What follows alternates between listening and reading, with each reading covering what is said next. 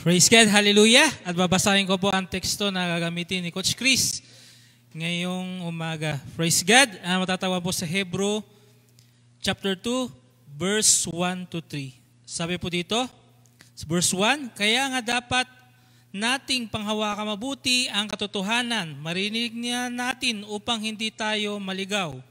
Verse 2, ang mensaheng ipinahayag ng mga anghel ay napatunayan totoo at sino mang lumabag o hindi sumunod dito ay tumatanggap ng parusa, kaukulang parusa. Verse 3, gayon din naman paano tayo makakaiwas sa parusa kung hindi natin papalagan ang napakadakilang kaligtasang ito. Ang Panginoon ang unang nagpahayag ng kaligtasang ito at ang mga nakarinig sa kanyang mga napatunay sa atin na ito ay totoo. Purihin ang salita ng Diyos. Witness namin yan, nandito kami sa Bisya. Mga kapatid, ako pala si, tunay kong pangalan, Crisologo Adaro. Taga Pagadian City, Mindanao.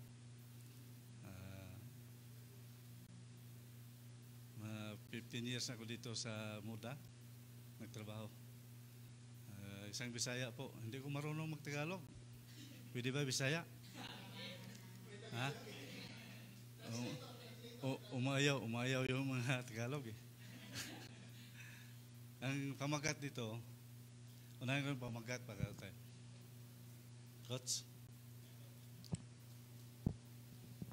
Isa-isayan natin to kasi mayroong gagawin si Lord sa lugar ito. Bakit po ito yung nihayag niya sa about churches? Alam mo ba yung end times? Nakarinig ba kayo ng end times lagi? Ha? Nakarinig ba kayo ng end times? Ha? Nakarinig ba kayo nga nasa Facebook, Jesus is coming? Nakarinig na kayo? Amen. Himayin natin to, ang pamagat ito, a serious challenge of life. A serious challenge of life. Ano yung mga serious challenge sa buhay mo? Itong church ito, maraming challenge to eh. Yung isang pastor dito, mayroong ginagawa sa church, pinauwi ni Lord. May challenge church ito. Meron siyang ginamit ni isang doktor ngayon. Itong church ngayon, sabihin ko sa inyo, pagpalain itong church ngayon. God promised us. Gusto ko lang mag-exit. Sabi ko, mag-exit ako. Go back to Saudi Arabia. Kaya meron akong plano sa mga churches Saudi Arabia, lalo na sa GC Blue. Saudi Arabia, dito sa Southern, saka sa Riyadh. Mayroong gagawin si Lord sa atin. Ilan lang kayo dito? Ha? Ilan? 8. Pagdating ko doon sa pagkamba ko, sabi ni Lord, tumatawag to si Mark, 7 din kami, 7. Kunti na lang eh. But Jesus said, go back. I will fulfill my promise to all churches. Magpadala siya ng kaluluwa. Do you believe? Amen. Do you believe Christ? Amen. Dati, ang sikap namin gumawa sa sarili namin kalakasan, pero hindi nangyari. Si Lord sabi, ako magpadala, hindi ikaw. Amen. Nakuha natin. Amen. Minsan natin ang kapangyarihan ng Diyos ay binigyan natin ng hadlang. Hanggang dyan ka na lang. Pero kung si Lord ang masusunod sa buhay mo, kapatid, this is the promise of God. The all churches will fulfill His promises. Amen. Sa oras na ito, may gagawin si Lord sa bawat isa sa atin dito. Kung ano mang gagawin si Lord sa inyo ngayon dito, I promise, it's not my own, but it's the power of the Holy Spirit. Sino naniwala ka mayroong Holy Spirit sa lugar ito? Sino naniwala may Holy Spirit? Amen. It is working today, not. Ang tao kasi, kapatid, sabihin ko sa inyo, ang kumilos sa tao yung abilidad ng tao. Ang kumilos sa tao yung credibility ng tao. Ang kumilos sa tao yung kalaman ng tao. Hindi nila inaasa sa banal na Espiritu Santo. Nakuha natin? Nga sa oras na ito, I challenge you. Challenge mo na yung pag-usapan natin ngayon. Pagkatapos may challenge to. Tayo pa tumayo kasi tawagan mo natin yung banal na Espiritu. Hallelujah, Lord! Hallelujah! Ama namin banal, Diyos na mangangihal sa lahat. May gawa ng langit at lupa. Diyos noon, ngayon at magpagkailanman. Lord, gano'n nga ako sa bawat naglilingkod sa iyo. Hindi mo kami pabayaan, hindi mo kami iwanan, Panginoon. Pagkos ang banal mong Espiritu siyang sumama sa bawat sasabi, Panginoon. We invite the Holy Spirit in this place, Panginoon, Lord. Holy Spirit, come in this place. Holy Spirit, release your fire in this place. Because you have promised, Lord, sa bawat anak mo, Panginoon, ibuhusan ang banal mong Espiritu. Pagkos, Panginoon, Lord, ang kulang namin na ang banal mong Espiritu hindi ada activity, Panginoon. Pagkos, Panginoon, sa oras na ito, Panginoon, we declare sa oras na ito, yung banal mong Espiritu sa kumilos sa mga nito. This is your house, this is your home, and this is your family, Lord God. Lord, in the mighty name of Jesus, come, Holy Spirit, in this place. Holy Spirit, move around in this place, Lord. We invite the power of the Holy Spirit in this place, in the mighty name of Jesus, Lord. Salamat, Panginoon. Sabi ng Pastor, Panginoon, sa Kutsrich, Panginoon, sa kanyang buhay, sa kanyang bahay, si Ismaila, Panginoon, Lord. Patuloy mo sa kinangatan sa lugar ito. May plano, may purpose ka sa kanilang buhay, Panginoon. Ito yung nilagay mo nito, Panginoon, may plano ka sa makasama ito, Panginoon. Salamat sa kanilang buhay, Panginoon, yung commitment nila sa iyo, Panginoon. Hallelujah, salamat, Panginoon, Lord. Hallelujah, hallelujah, salamat sa kanilang may buhay, Panginoon, Lord. Sa oras lang, sa naglilingkod sa iyo dito, Panginoon. Bring soul in this place. Bring soul in this place, Panginoon. Maraming kaluluwa, wow, Panginoon, may tinig of Jesus. At salamat, Panginoon, sa oras ito. Ikaw ang parangalan, ikaw may itaas, ikaw, Lord, hallelujah. In your name, Panginoon, we'll bow, Lord, people, Panginoon, in the mighty name of Jesus, Lord. Amen, amen, amen. Hallelujah. Kapatid, sabi itong mahihayin kasi gusto ko right. May tawag kasi hindi nila marinig. Nireklamo sila. Mahihayin ako sa kamera. Hallelujah. Number 1 ang pag-usapan natin dito, kapatid. Dito tayo kukuha sa text natin. Number 1, ano yung text dyan? Number 1, Coach?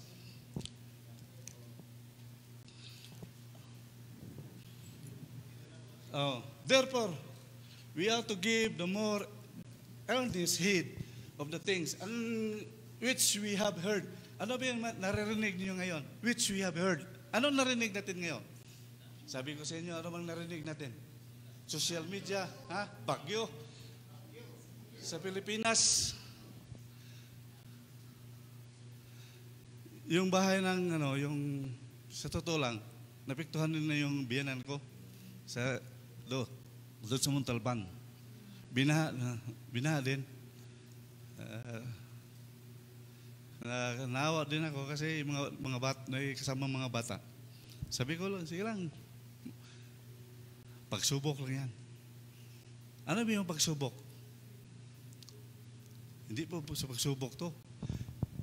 Ito yung plano ni Lord how to challenge sa end times.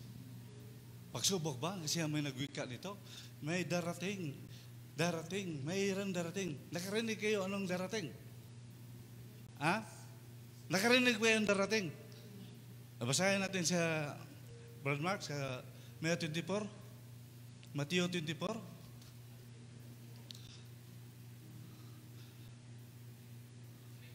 Oh, 4 to hanggang 6. Sabi dito, sa Matthew 24, 4 to 6, sumagot si Jesus, mag-ingat kayo upang hindi kayo maligaw ng inuman. Dahil maraming paparito sa pangalan ko at makapanggap na sila ang Kristo at marami silang piniligaw. Sa 6, makakarinig kayo ng mga labanan at makakabalita ng mga himpimaan sa iba't ibang dako. Ngunit huwag kayong mabahala dahil talagang mangyari yung mga iyon, bagamat hindi pa iyon ang katapusan. Ano ba ibig sabihin nito? So take heed, not no man deceive you. mayroong danger. Mayroong danger sa darating. Hindi po masaya ang Kristiyano. Hindi po dahil kayo nandito kay Kristo, masaya tayo. No. Mayroong darating na danger. Ang unang challenge of danger. Challenge of danger. Paano natin harapin itong challenge of danger sa darating ng araw? Tatawa ba na tayo? Makikita mo yung kapatid na hindi na nanampalataya, tapos sabihin mo,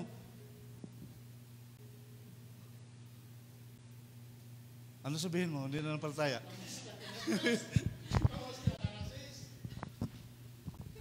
Ang Diyos nakakalam sa end times.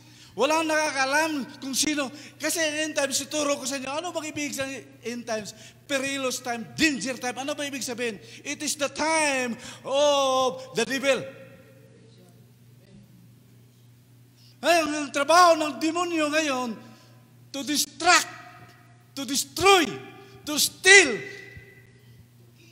to kill sa anak ng Diyos. Kung hindi niya anak, ano pa mang gawin niya? Hindi na. Sa anak ng Diyos. Nga minsan ngayon sa Pilipinas, nakarinig kayo, debate doon, debate dito, debate doon. Shhh. Hanggang si Jesus Christ na wala na. Nakuha natin. It is a danger. Danger. Unang danger nga maralaman natin. At the end times, mayroong danger nga even in the church mayroon. Gagamitin ng bawat isa sa atin kaya mayroong danger. Hindi mo alam kung sino yung nasa likod niyan. Kung sa oras ito, malalaman mo kung sino ang nasa likod niyan. Number 1, allegation or accusation. Ano ba yung accusation? Pagbibitang isinisakdal. Bakit mangyayari ito? Kasi Jesus ang nagsabi nito. This is the purpose of the end times. What is the purpose of accusation or allegation? To destroy your reputation. Nakuha natin? To destroy your reputation. To destroy your credibility. To destroy your character. Ito yung gusto ng Diablo. Nga mag-ingat tayo sa end times. Kapatid, sa buhat sa ating naglilingkod sa Diyos, number 1 tayo target niya. Bagkos kung sa oras ito, kung malalaman mo kung anong gagawin niya, paano natin siya lalabanan, hindi po natin kaya. Bagkos may pangako si Diyos, mamaya ang Diyos sa atin. Sino na nakaranas o galagisyon dito? Ha? Lahat. Behind that allegation, behind that mouth, behind that man is Satan himself. Mag-ingat po kayo, kapatid. Titirahin na titirahin tayo. Wala po. Kasi this is the end times. This is the danger times. This is a perilous time. Ang anak ng Diyos, mag-ingat. Nakuha natin. Kung mayroong mangyayari dito, kapatid, ano bang gagawin mo? Ay, Mark 15, 4 and 5. Pag-ibasa Mark. Ito yung si Jesus eh. Tayo po dito sa Mark 15, 4 and 5. Sa 4, kaya siya'y muling tinanong ni Pilato, wala ka bang isasagot? Narinig mo ba ang dami ng kanilang paratang laban sa iyo? Oo. Sa 5, ngunit hindi pa rin siya sumagot, si Jesus, kaya't nagtaka si Pilato. Anong gagawin natin? Keep silence. Nakuha natin. Huwag kang lumaban, keep silence. Jesus Christ, anong klaseng paratang noon? Unang mga religious group, people, pinaratangan siya. Pero hindi siya nagsalita. Why? Why? Bakit hindi siya nagsalita? Alam niya sa behind that mouth, alam niya behind that people is Satan himself. Nakuha natin. Sa bawat oras natin, target po tayo. Mag-iingat tayo this year, next year, because sabi nila, it is the time of end times, perilous time, a danger time. Nakuha natin sa bawat sa atin.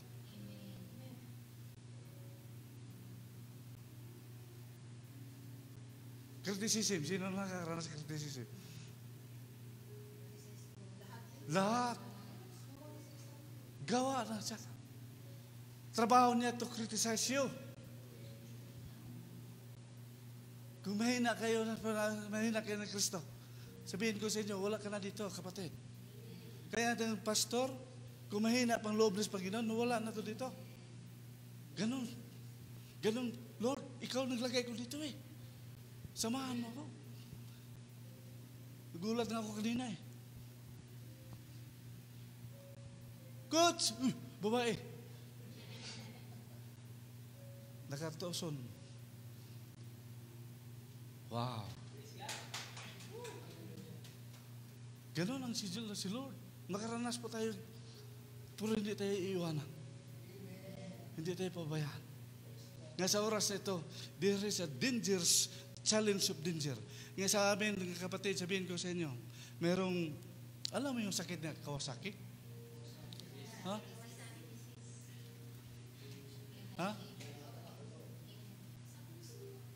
Nagulat po ako kaya ang alam ko sa amin Kawasaki, Honda, Suzuki, pangalan ba ng motor? Ha? Pangalan ng motor eh. Oh, yung narinig ko sa kanya yung Kawasaki. Sabi ko siya, Brad, alam mo ba bakit nangyari yan sa'yo? Yung nakita niya, yung kababayan niya nagsimba sa amin, isa ding deacons, dinala siya sa church. Ang purpose pala, dalhin. Sabi ko sa iyo, may danger pang darating. Baka sa sunod na danger, hindi mo kayanin. Nakuha natin. Nakuha natin. Hindi natin kaya. Bagkus mayroon nangako sa atin sa bawat paglilingkod sa atin. Yung pangako niyan, ikapangyarihan po sa lahat. Hindi po tao nangako. Hindi po si Coach Chris, si Coach Rich na nangako sa inyo. Kundi ang katastaasang Diyos, ang katastaasang pangyarihang Diyos ang nangako sa atin. Nakuha natin. Anong klaseng danger yan? Ano man ang klaseng naririnig mo? Anong klaseng mang pag-criticize sa'yo? Pag-complain sa'yo? Conspiracy sa'yo? This is the work of the devil. Nakuha natin. Nakuha na? Ano yung una? Number 2, dito tayo. Oh. Sa number 2, sa balik tayo sa Hebrews. Wala ba kayong orasan dito? Meron pala. Sa to, coach, sa balik tayo. Madali lang daw kapatid. Kaya meron gagawin si Lord dito mamaya. The power of the Holy Spirit here in this place. Sino nakaranas sa inyo dito nga the work of the Holy Spirit? Ha? Maranasan ninyo. Okay, maya. Lalo na sa ating mga sister ito. Maranasan niyo mamaya. Sabi sa to, who was faithful to him? Anong faithful to him? Ha? Sino yung him? Ha? Amen. Yeah, pa. Dito. Ito na, ito. For it is the word spoken by the angel. Ang sa noong panahon ng angel pinadala. Ha? At the time sa Old Testament hanggang kay Mary, kay Joseph. Ano sila? Angels. Ngayon, Holy Spirit na. Ha? Kasi bakit ang Holy Spirit? Binanggit si sister kanina. Hebrews, Ephesians 6:12. Hindi na po tayo makikipaglaban sa tao, kundi ang makikipaglaban espiritu to espiritu na. Nakuha natin sa oras nito. Sabi dito, puro heard to eh. Spoken by the angels in past, every transgression and disobedience receive and just recompense of reward. Ano bang ibig sabihin recompense? Ibig sabihin punishment. Makatanggap ng punishment. Nakuha natin. Kung sino mang transgression and disobedience receive, matangkap. Ano ba ibig sabihin ng transgression and disobedience? Pareha lang ba yan sa Tagalog? Pareha lang, no? Pareha lang sa Tagalog? Magpinsan. Ang tawag dyan, challenge of defiance. Ano ba ibig sabihin defiance? Breaking the rules. Kusyon. Mag-ingat, hindi mo ito magawa. Hindi mo gagawin to. Kaya gagawin mo yan, mayroong mangyayari sa buhay mo. Nakuha natin.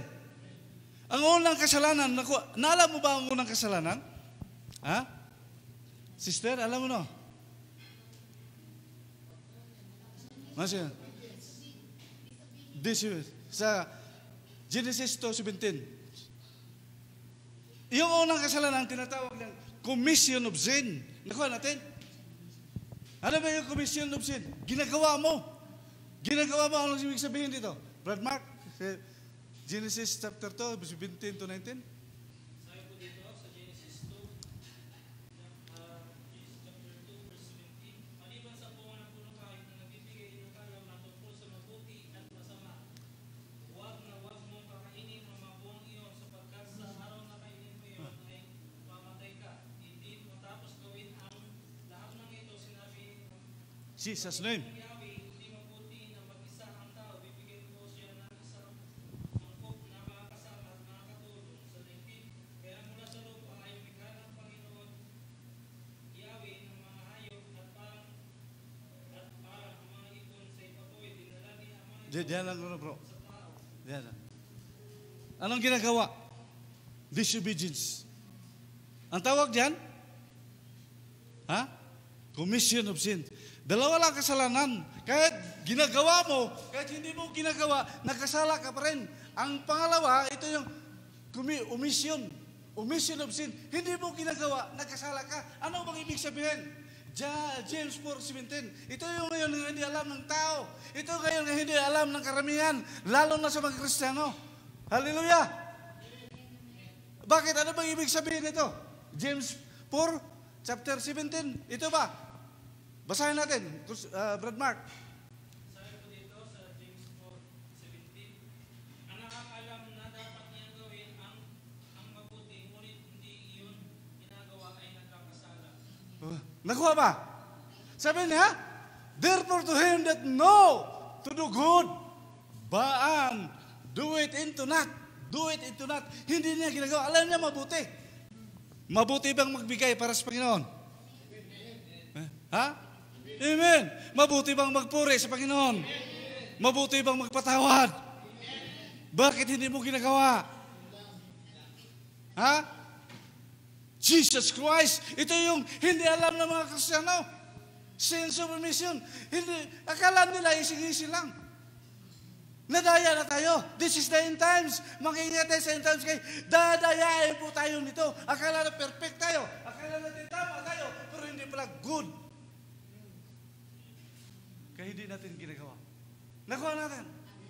Ay, kung mangyari man yan, kapatid, kung mangyari man yan, ang tawag dyan mayroong, punishment. Ano yung punishment? So, dati, blood, death, sabi na, mamatay kayo. Death, buhay man sila. Ha? Separations. Buhay yung katawan, dead in spiritual. Nakuha natin. Ito yung separations. Mangyayari at mangyayari yan. Hanggang buhay pa tayo. O, alam mo yung mabuti yung magsimba. Hindi mo ginagawa. Ha? Nakuha natin? Ayaw ko doon magsimba. Kaya nandun yung kalaban ko. Hindi ka. Siyang kalaban mo sinisimba mo? Ang Diyos. Huwag mo idamay ang Diyos sa ganong sistema. Sa amin nga, sinasabihan ko, huwag mo idamay ang Diyos. May ginagawa ba ang Diyos sa iyo dahil sa kapatid? No. Patuloy ka magsimba. Patuloy ka pangalagad sa Diyos.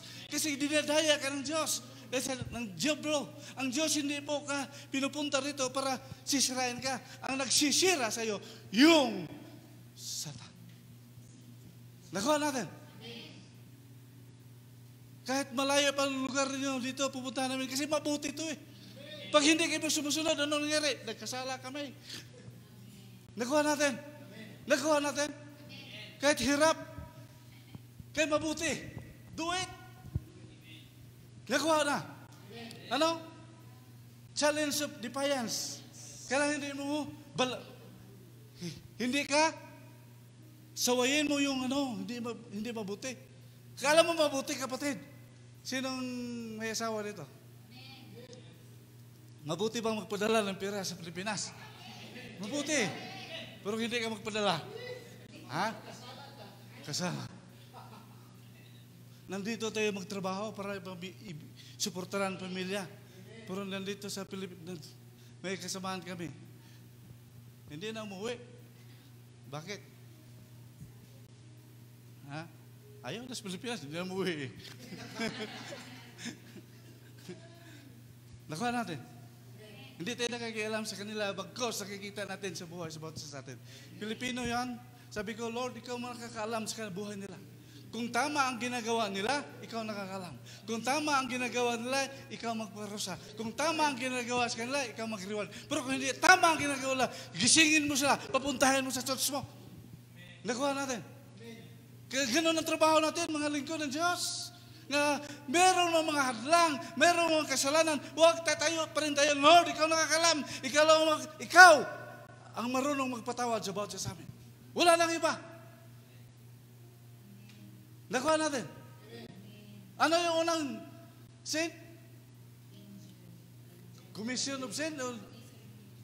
Ha? Number 2? Omission yung tama pero hindi mo ginagawa. Mabuti pero hindi mo ginagawa. Nakuha na. Number 3. Ito number 3. Malapit na tayo. Number 3 sa text. Ito yung number 3. Dito tayo mag-focus. Sabi niya sa 3. Balik tayo, coach. Sa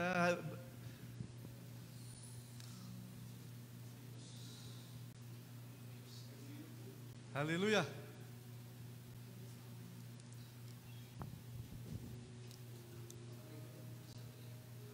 Chapter 2, verse 3. Ito yung chapter 2, verse 3. Ano pagkibasa dyan? Sabi niya, how shall we skip if we neglect so great salvation? Ibig sabihin, if you neglect great salvation, mayroong mangyayari pero neglect sa great salvation. Ano ibig sabihin ng great salvation? Continue, sabi niya sa sunod. Pakibasa, sis. Verse 3. Oh. Jesus. Which was first announced by the Lord was confirmed to us by those who heard him. Confirm. Sabi niya. And was confirmed unto by them that heard him. Confirm. Ano ibig sabihin ng confirm? Ha? Patunay. Ngayon mayroong mayroong great salvation. Tinatawag ang challenge of deliverance. Kasi ang salvation, kapatid, makamtan mo yan, pero mayroon pang process. Hindi po sabihin mo sa akin nga, ligtas ako ngayon, babalik naman ako bukas sa ginawa ko. No! Nakuha natin, may process yan. Ang tawag dyan ay siya, deliverance. Ibig sabihin, yung spiritual value mo, ang ibig sabihin ng salvation, it is mean transformation. Nakuha natin, spiritual transformation, spiritual conversion, spiritual change. Nakuha natin. Sa bawat sa ating paglilingkod, hindi po easy ang paglilingkod. Kapatid, hindi po easy. Sabihin ko sa inyo. Mayroong pagsubok, mayroong trials, kaya hindi ka magbabago sa sarili mo. Sa spiritual yan. Sabi ni Lord, sino sa inyo ngayon? Naglilingkod sa Diyos nga. Wala bang pababago sa akin? Sino sa inyo ngayon? Sino magsabi, wala pababago sa akin? Meron. Dandahan, gradual ang pagbabago, hindi po instant. Dati hindi kaya pala simba eh. Nagsisimba ka na. Mayroon ng transformation. Ito yung nangyayari, kapatid.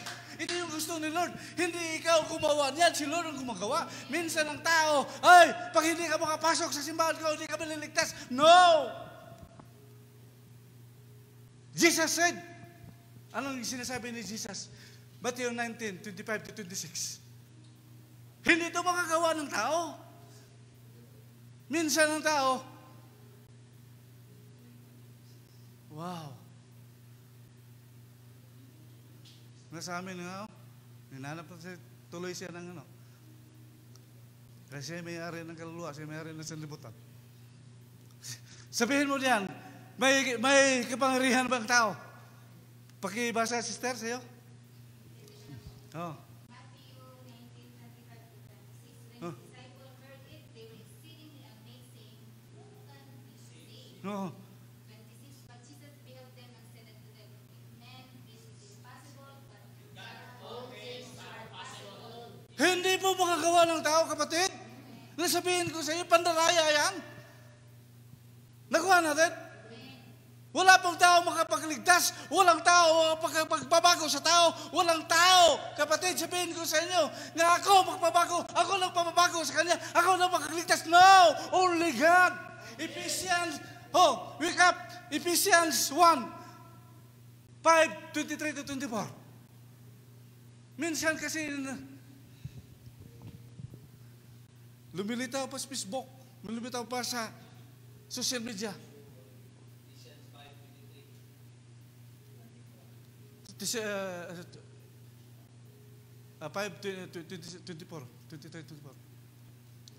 Hanggang 26 bro, basahin mo. 26 lang dito. 5:26. 26 dito. 26. Pakibasa, Brad. Sabi niya?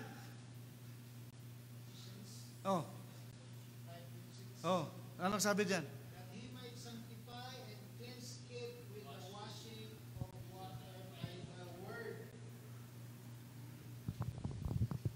May tao ba diyan? May tao ba? Sino yung word? Sino yung mag-sanctify? Jesus pala. Yung salita ni Jesus magpag-sanctify. 2 Thessalonians 3:13-14. Minsan ang tao, hallelujah. Kapag mayroon ng madala sa church, ay yabang na eh. Nakuha natin? Payabangan ba nitong church? Hindi ha? Payabangan ba mayroong madala? Ang Diyos po nagdala niyan. Sabihin mo diyan, sabihin mo. Chapter 2, 13-14. Pakibasa says. 2 Thessalonians 2:13. But we ought always to thankful for you, brothers and sisters, loved by the Lord, because God chose you as first fruits to be saved through His sanctifying work of the Spirit and Huh? to believe in the Sanctifying by? Spirit. Spirit pala, hindi pala tao. Nakuha natin? Kaya ang tao, kapatid, ako nga, pabaguhin pa. Ako, mapapabago pa na ibang tao? No. Nandito tayo, sino kung pagbabago sa atin? Sino nagbabago? Sino may akda sa pagbabago natin? Wow. Minsan ang Holy Spirit, gusto ko lang mag-insert sa iyo eh. Gusto ko mag-duel sa iyo. Kaya ko tulad. No. The Holy Spirit teaches us how to pray. The Holy Spirit teaches us how to sanctify.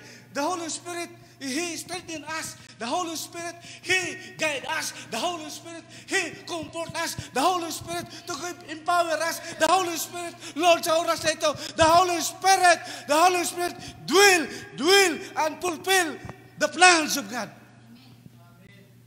Nasa oras ito, where is the Holy Spirit in the church? The church, no Holy Spirit. The church is the dead church. The church is the sleeping church. If there is the Holy Spirit on the church is the remnant church. What is the remnant? Ito yung a bride of Christ. Nakuha natin? Amen. Yeah, sa oras hindi po huli. Bakit nandito kami? We feel the Holy Spirit feel in this place today. Require niya, punta ka sa bawat alam. Pakilala mo ako. Nagawa ba natin? Kasi karamihan sa bawat isa sa atin, naglilingkod na lang. Nga, tradisyonal na lang. Where is the Holy Spirit in this place? Do you believe the power of the Holy Spirit? Do you believe the Holy Spirit in your life? The Holy Spirit changed your life. Without the Holy Spirit, kapatid, no. We cannot change our own ability. Nakuha natin? Hindi pa tayo kaya baguhin sa sarili natin. We need the Holy Spirit. Today, God. Tapos ang ginawa ang sanlibutan, God umakyat sa langit, rest. Si Jesus Christ, ministry tapos, pumunta sa langit, rest. Sabi niya, I will give you a comforter. A Holy Spirit now is not rest here on earth now. Nakuha natin. Ito yung gusto ko malaman ninyo without. Sabi ko sa inyo, Lord, do you mayroong gagawin sa Bisia today? Because the power of the Holy Ghost here in this place. Ito yung pangako niya sa lugar ito. Do you believe the Holy Spirit? Kung di kayo maniniwala sa Holy Spirit, sabihin ko sa iyo kapatid, the Holy Spirit has sealed your salvation. Ephesians 1:13-14. Ito yung trabaho niya. Well, that is why, sabihin ko sa inyo, ang makapagligtas sa atin ngayon, in the name of Jesus, ang sinong hawak, ito sealed by Holy Spirit. Sister, pakibasa daw. Dito sa English. Ephesians. Inano ni Coach. Sabi na. Ephesians 1:13-14, in whom ye all trusted. After that ye heard the word of truth, the gospel of your salvation, in whom also after that ye believed, ye were sealed with the Holy Spirit of promise, which is the 14, which is the earnest of our inheritance until the redemption of the purchased possession unto the praise of His glory. Ito yung ministry ng Holy Spirit sa bawat sa atin. Minsan nakiligtaan natin who is the Holy Spirit? Who is the power of the Holy Spirit? The Holy Spirit is to empower the given by God. If you are baptized by the Holy Spirit, you are, kapatid, you are legal to exercise the power of God. Nakuha natin. Pag wala yan, kapatid, alisin natin dito yung, hallelujah, alisin natin sa lugar ito yung mahadlang. Kasi yung mahadlang dito sa lugar ito, yung gawain ng Diablo, ng Holy Spirit, hindi kami penetrate, i-neglect natin yan para ang mga kaluluwa pumunta rito. Ito yung gawain ng Diablo, to destroy, to kill. John 10:10. Nakuha natin sa oras ito. What do you want today? What do you want today? Anong oras na? This is a challenge in our life. Is this a serious challenge? Many Christians, bakit nga meron nagdi-debate? Hindi po spirit ng Diyos yan. Anong spirit yan? Nakuha natin? Oh, Jesus Christ. Do you believe the Holy Spirit? Do you believe? Who is the Holy Spirit?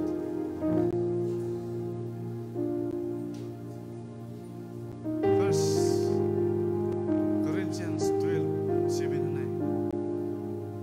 Hallelujah. Ito yung gusto ko yung malaman.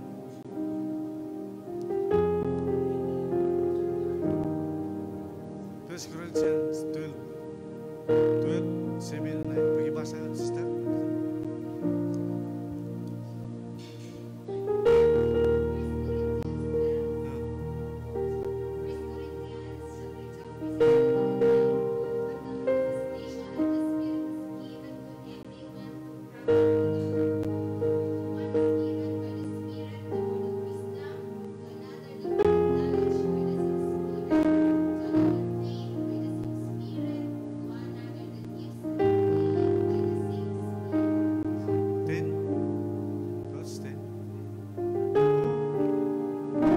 Jesus Christ.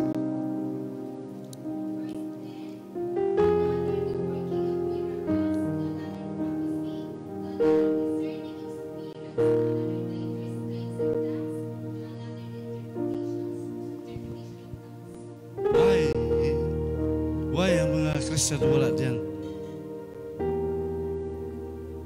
They did not desire the Holy Spirit. Ako natin. Pumunta lang sa church, tradisyon. Hindi masama na tradisyon. Hindi masama. But lack invitations of the Holy Spirit. Lack desire of the Holy Spirit. Yan, church, sabihin ko sa inyo, kung pumunta ka sa Lord, ano ba church na ito? Share mo ang Holy Spirit. Do you believe the power of the Holy Spirit? Halika tayo po umawit sa Diyos. Hallelujah.